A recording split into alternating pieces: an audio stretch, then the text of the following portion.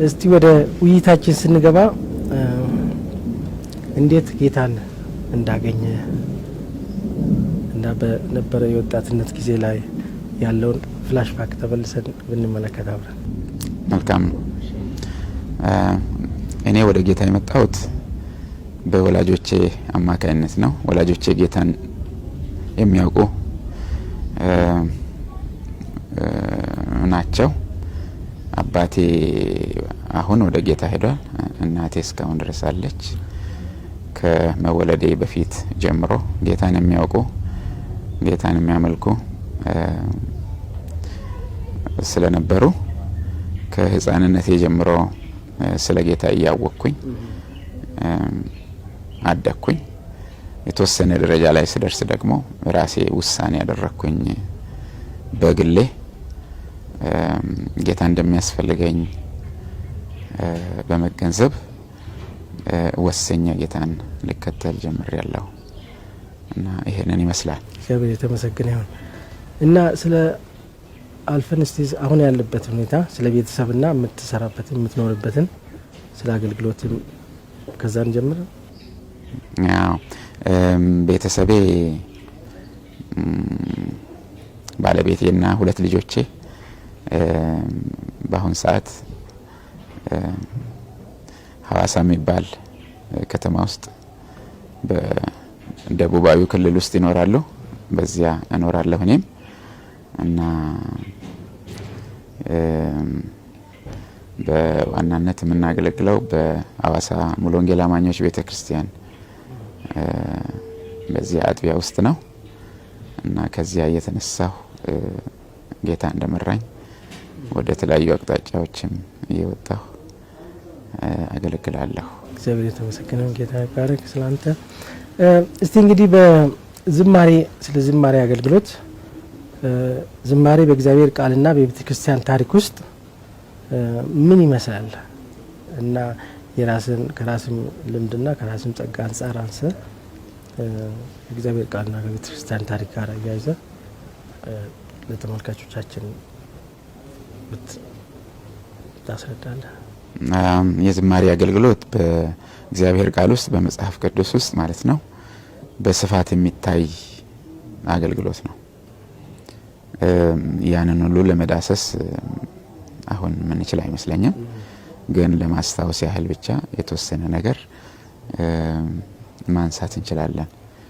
በብሉይ ኪዳን ውስጥ ለምሳሌ የእስራኤል ሕዝብ ከግብጽ ባርነት በወጣ ጊዜ በተለይም ደግሞ የኤርትራን ባህር በተሻገረ ጊዜ መዝሙር እንደዘመረ የምናነበው ነገር አለ። እግዚአብሔር ተዋጊ ነው፣ ስሙም እግዚአብሔር ነው፣ ፈረሱንና ፈረሰኛውን በባህር ጣለ እያሉ በትልቅ ደስታ በድምጽ ብቻ ሳይሆን በሽብሸባ እንደዘመሩ የምናየው ነገር አለ። ኋላ ላይ ደግሞ ሙሴ ከመሞቱ በፊት የዚያን ህዝብ ታሪክ ወደ መዝሙር ቀይሮ ለህዝቡ ትምህርት ይሆን ዘንድ ህዝቡን እንዳስተማረ የምናነበው ነገር አለ በኦሪት ዘዳግም ወደ መጨረሻዎቹ ምዕራፎች ላይ። በመጽሐፍ ቅዱሳችን ውስጥ ደግሞ በጣም ሰፊውን ስፍራ ይዞ የሚገኝ መዝሙረ ዳዊት በማለት የምንጠራው መጽሐፍ የዝማሬ መጽሐፍ እንደሆነ እንመለከታለን እና ይህ ያለ ወደ አዲስ ኪዳን በመንመጣበት ጊዜ ደግሞ ዝማሬና ያለን ገና በወንጌላቱ መጀመሪያ አካባቢ ላይ በዝማሬ መልክ የተጻፉ ጉዳዮችን እንመለከታለን። ለምሳሌ በመጨረሻው ምሽት ላይ ደቀ መዛሙርት ከጌታ ከኢየሱስ ክርስቶስ ጋር እራት ከበሉ በኋላ መዝሙር እንደዘመሩ የምናነበው ነገር አለ በወንጌላት ውስጥ። ሐዋርያው ጳውሎስ ለኤፌሶን ክርስቲያኖች እንደዚሁም ደግሞ ለቆላሳይስ ክርስቲያኖች በመዝሙርና በዝማሬ በመንፈሳዊ ቅኔ ለጌታ በልባችሁ ዘምሩ በማለት የጻፈላቸው መልእክት አለ እና ዝማሬ በዮሐንስ ራእይ ውስጥም ይታያል እና መጽሐፍ ቅዱሳችን በዝማሬዎች የተሞላ መጽሐፍ ነው ብለን ብንል ማጋነን አይመስለኝም እና የቆየ ታሪክ አለው ለማለት ነው። ቤተክርስቲያንም ከአዲስ ኪዳን ዘመን ከነ ጳውሎስ ዘመን ጀምሮ በነገራችን ላይ እነ ጳውሎስ ራሳቸው ዘማሪያን ነበሩ። ጳውሎስና ሲላስ በእስር ቤት ተቀምጠው እየጸለዩ እግዚአብሔርን በዜማ ያመሰግኑ እንደነበረ የምናነበው ነገር አለና ራሱ ዘማሪ ነበር ጳውሎስ ማለት እንችላለን። እና የቤተክርስቲያን ታሪክ ከነሱ ዘመን ጀምሮ አሁን እስካለንበት ጊዜ ድረስ በዝማሬዎች የተሞላ ነው ማለት ምን እንችል ይመስለኛል። እና ቤተክርስቲያን በዚህ ዓለም ላይ ባሳለፈቻቸው ወደ 2000 ዓመታት በሚጠጉ ጊዜያት ውስጥ ያለ ዝማሬ ኖረችባቸው ጊዜያት ያሉ አይመስለኝም።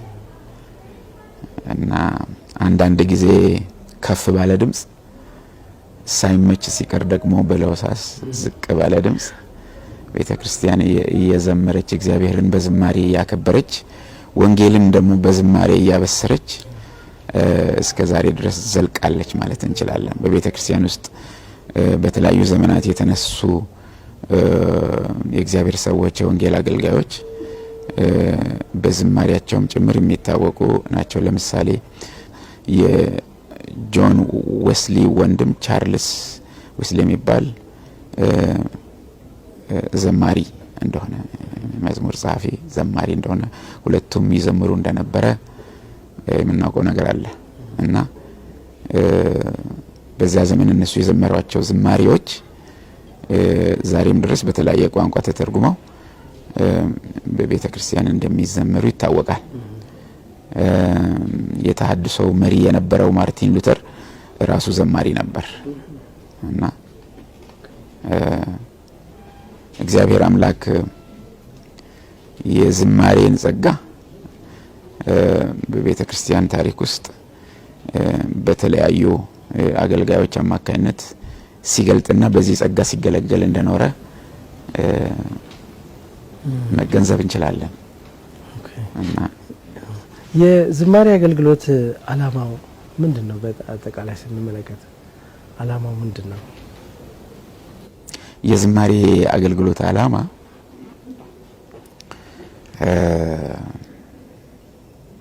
አንደኛው የእግዚአብሔርን ስም መወደስ ነው። እግዚአብሔርን በዜማ ማክበር ነው። በሌላ አነጋገር አንዱ የዝማሬ ዓላማ ማምለክ ነው ማለት እንችላለን። ሌላው ዓላማ ደግሞ ወንጌልን ማብሰር ነው።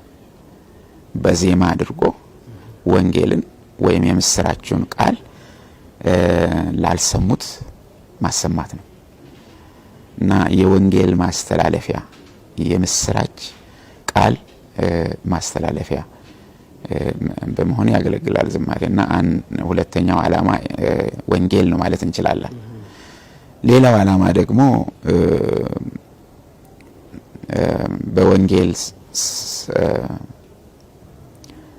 በወንጌል ስብከት ልበል አማካይነት ወደ ክርስቶስ የመጡትን ህይወታቸው የተለወጠ በእግዚአብሔር ቤት ውስጥ የሚገኙትን ሰዎች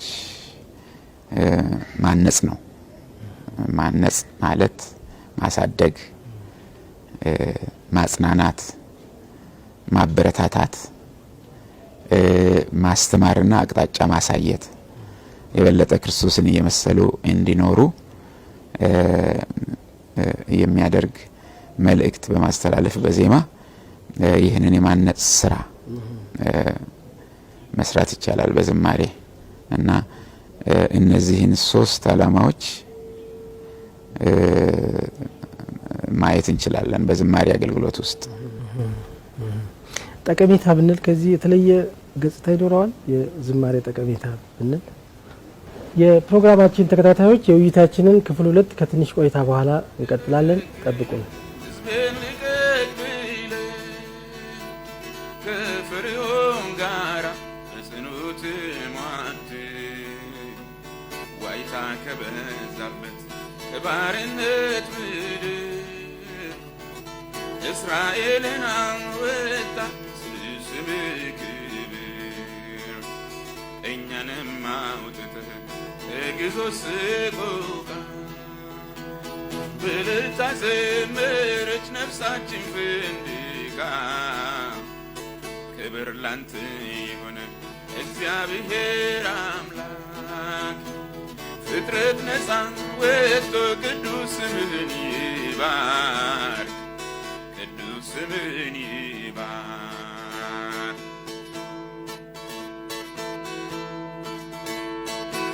ታላቅነትህን በውል በማያውቁ በአሕዛብ መካከል ከጽድቅህ ብራቁ እየተጨነቁ ብዙ ዘመን ኖሩ ማዳን ሲመጣ ግን በአንተ ከበሩ የተዋረዱትን አይቶ የሚያነሳ የተስፋ ኪዳኑን በጾም የማይረሳ ልዑል ከሰማያት እጁን ዘረጋና አዳነን በልጁ ይድረሰው ምስጋና ይድረሰው ምስጋና። ፓስተር እንግዲህ ከቅድም ካቆምንበት ብንቀጥል አንድ ጥያቄ ብናነሳ የዝማሬ ጠቀሜታ ብንል የተለየ ገጽታ ይኖረዋል? ብዙ የሚለይ አይመስለኝም፣ ግን ትንሽ ዘርዘር በማድረግ ልንገልጸው እንችላለን። ዝማሬ ምንድነው ጥቅሙ ወደሚለው ጥያቄ ብንለውጠው ሰዎች በዝማሬ አገልግሎት ለመንፈሳዊ ሕይወታቸው የሚሆን ጥቅም ያገኛሉ ወይ ማለት ይሆናል እና ይሄ ምናልባት ጥያቄ የማያስፈልገው ጉዳይ ነው ሊሆን ይችላል መልሱ። ሁላችንም በእግዚአብሔር ቤት ውስጥ የምንገኝ በዝማሬ አገልግሎት የተጠቀምን ሰዎች ነን። ቀደም ብለው በተዘመሩ መዝሙሮች በብዙ ተገልግለናል፣ በብዙ ታንጸናል። በዝማሬዎቹ አማካይነት በመንፈሳዊ ሕይወታችን አድገናል እና የዝማሬ አገልግሎት ጠቀሜታው በጣም ከፍ ያለ ነው። በእግዚአብሔር ቤት ውስጥ ከምንገኘው ውጪ የሚገኙ ወንጌል ገና ያልገባቸው ሰዎችም ከዚህ በኋላም ቢሆን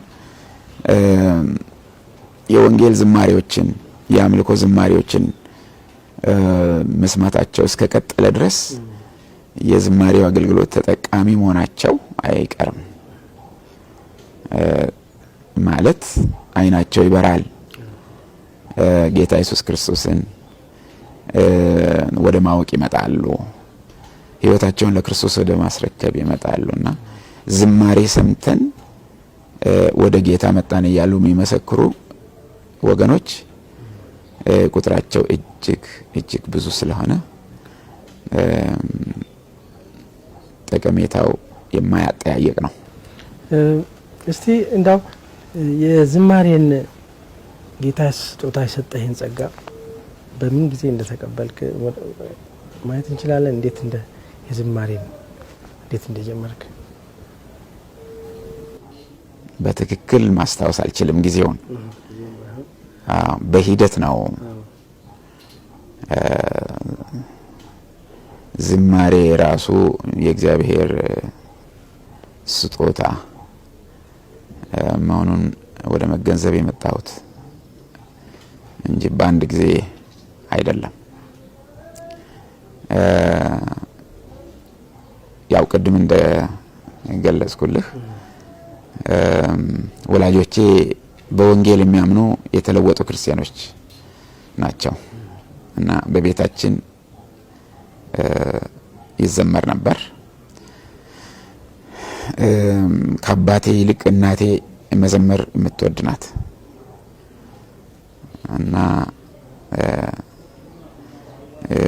መዝሙሮችን ታስተምረን ነበር እኔን ወንድሞቼን እና እህቶቼን እና ከሷ ጋር አብረን እንዘምር ነበር በልጅነታችን ማለት ነው። አብረናቸው ወደ ቤተ ክርስቲያን ስንሄድም እንደዚሁ በቤተ ክርስቲያን መዝሙር ይዘመራል እንዘምራለን እና አንዳንድ ጊዜ ለብቻ ወጥቼ እንድዘምር እድል ይሰጠኝ ነበርና በዚህ መልኩ እየዘመርኩ እድሉ ደግሞ እየተዘወተረ ሲመጣ እስቲ አሁንም ዘምር እየተባልኩ ቀስ በቀስ ነው ወደዚህ አገልግሎት ውስጥ የገባሁት። በተለይም ደግሞ ባልንጀሮቼ በኋለኛው ዘመን ላይ በጣም ነው ያበረታቱኝ። በተለይ በአንድ ወቅት ላይ ሰርግ ነበርና አንድ ሰው ለሰርጉ በዝማሬ እንድናገለግል እኔንና ጥቂት ጓደኞቼን አሰባስቦ በይረጋለም ከተማ ውስጥ እንዳዘመረን አስታውሳለሁና ያን ዝማሬ ከዘመርን በኋላ በተለይም እኔን በቦታው የተገኙ ሰዎች በዝማሬ አገልግሎት እንድቀጥል በጣም ነው ያበረታቱኝ። እነሱ አዝማች እየዘመሩ እኔ ደግሞ የአንድ መዝሙር ቁጥር እየዘመርኩኝ ዘምሬ ነበርና ምስጋና ለኢየሱስ ምስጋና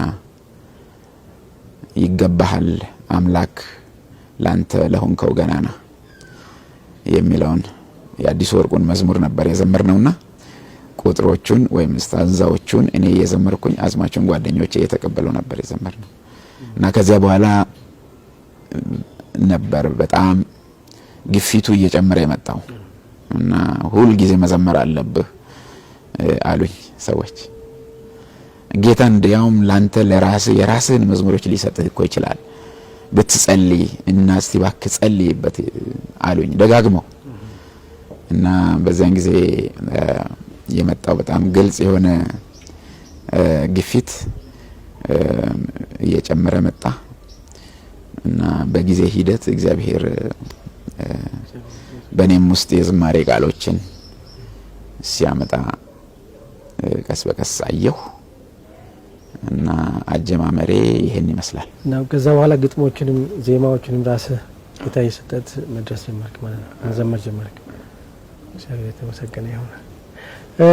እስቲ የዝማሬ አገልግሎትን ውጤታማ የሚያደርጉ ነገሮች ነጥቦች ምን ምንድን ናቸው ካል የምትመክረን? የዝማሬ አገልግሎትንም ሆነ ሌሎች አገልግሎቶችን ውጤታማ ሊያደርጉ የሚችሉ ሁለት ትልልቅ ነገሮች አሉ። እነሱም ጸሎትና የእግዚአብሔር ቃል ናቸው። እነዚህ የማንኛውም አገልግሎት ዋልታዎች ናቸው ማለት እንችላለን። እነዚህ ሁለቱ ነገሮች በሌሉበት አገልግሎት ውጤታማ አይሆንም እና እነዚህ ሁለቱ ነገሮች በአጥጋቢ ሁኔታ ጸሎት እና የእግዚአብሔር ቃል በአጥጋቢ ሁኔታ በሚገኙበት አገልግሎት ውጤታማ ይሆናል። ይህንን ነው በህይወቴ እኔ የተማርኩት። ጌታ እድሉን በሰጠ መጠን ሰፋ ያለ ጊዜ በጸሎት ማሳለፍ፣ ከጌታ ጋር በጌታ ፊት ማሳለፍ፣ ሰፋ ያለ ጊዜ የእግዚአብሔርን ቃል በማጥናት ማሳለፍ፣ በግል ማለት ነው። እነዚህ ነገሮች በጣም በጣም ዋና ነገሮች ናቸው። እኔን እንደተመለከትኩት እና ለዝማሬ አገልግሎት ብቻ አይደለም ለሌላውም አገልግሎት እነዚህ ነው የማየው። እስቲ እንደው ከዚህ ጋር ካንተም ልምድና ካንተም ስጦታ አንጻር ስትመለከተው አንድ ሰው እንዴት ነው ማን ነው ዘማሪ ሊሆን የሚችለው? በመሰረቱ ያን ስጦታውን ሳውቀው ሰው እንዴት ሊጠቀምበትና ሊያገለግል ይችላል? ካለው አሁን ከሚታየው ቀደም እናንተ ስትጀምሩና አሁንም ጄኔሬሽኑም አሁን ባለው ጊዜ ካለው ጋራ ያለው ንጽጽር አድርገህ ልትመለከት ትችላለህ? የእግዚአብሔር ቃል እንደሚነግረን በጎ ስጦታ ሁሉ ፍጹምን በረከት ከላይ ናቸው፣ መለወጥ በእርሱ ዘንድ ከሌለ፣ በመዞርም የተደረገ ጥላ በእርሱ ዘንድ ከሌለ ከብርሃናት አባት ይወርዳሉ ነው የሚለው። በእግዚአብሔር ቤት ውስጥ እኛ ከምስጋና ጋር ተቀብለን የምንገለገልበት ስጦታ ቀርቶ በውጭ ያሉት ገና ጌታን የማያውቁት እንኳን የተገለገሉበት የተጠቀሙበት ያለው ማንኛውም በጎ ነገር የእግዚአብሔር ስጦታ ነው። ማንኛውም ገብቷቸው እግዚአብሔርን አያመሰግኑትም እንጂ ከእግዚአብሔር እየተቀበሉ የሚጠቀሙበት እጅግ ብዙ ስጦታ አለ። ምን ተነፍሰው አየር ራሱ የእግዚአብሔር ስጦታ ነው። የምንሞቀው ፀሐይ ራሱ በጋራ ማለት ነው የእግዚአብሔር ስጦታ ነው። እና በተፈጥሮ ውስጥ የሚገኙ እግዚአብሔር አምላክ ለሰው ልጅ ጥቅም ያስቀመጣቸው ስጦታዎች በጣም ብዙ ናቸው። ልዩነቱ ምንድነው? እኛ ገብቶን እናከብረዋለን እግዚአብሔር አምላካችንን፣ እነሱ ያለ ምስጋና ይገለገሉበታል። አንዳንዴም ስጦታውን ያለ መንገዱ ለእግዚአብሔር ክብርም ሳይሆን ለሰው ጥቅምም ሳይሆን ያለ አይደለም ምናልባትም የሰይጣን ዓላማ መፈጸሚያ አድርገው ወደ መጠቀም ሊያዞሩት ይችላሉ ስለማይገባቸው ማለት ነው። እና ስለዚህ በጎ ስጦታ ሁሉ ከላይ ነው፣ ከፍጥረታት ባለቤት ከስጦታዎች ሁሉ ምንጭ ከእግዚአብሔር ነው። መንፈሳዊ ስጦታዎች በተለይ የእግዚአብሔር ናቸው፣ ከእግዚአብሔር የሚመጡ ናቸው ወደኛ። እና ይሄንን በጥቅሉ በዚህ መልኩ እናስቀምጥና ዝማሬም የእግዚአብሔር ስጦታ ነው። ከእርሱ የምንቀበለው ነው። ያልተቀበልከው ምን አለ ይላል መጽሐፍ ቅዱስ አንድ ቦታ ላይ። ማለት በጥረትህ ያመጣኸው ነገር ምን አለ ልንልም እንችላለን። እና ስለ በጎ ስጦታው ተነግሮ ስለማያልቀው ስለማይነገረው ስጦታው የእግዚአብሔር ስም የተመሰገነ ይሁን። እና ይህንን ስጦታ እንዴት አድርገን እንይዘዋለን? እንዴት አድርገንስ እንገለገልበታለን እናገለግልበታለን ነው ቀጣዩ ጥያቄ።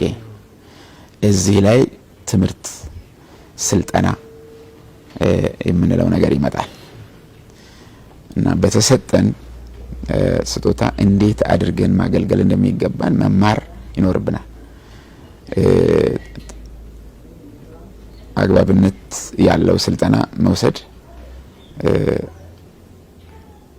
ይኖርብናል ብዬ አስባለሁ። ይታይባርክ ፓስተር ይታይባርክ። የፕሮግራማችን ተከታታዮች የነበረው ውይይት በዚህ እናጠቃልላለን።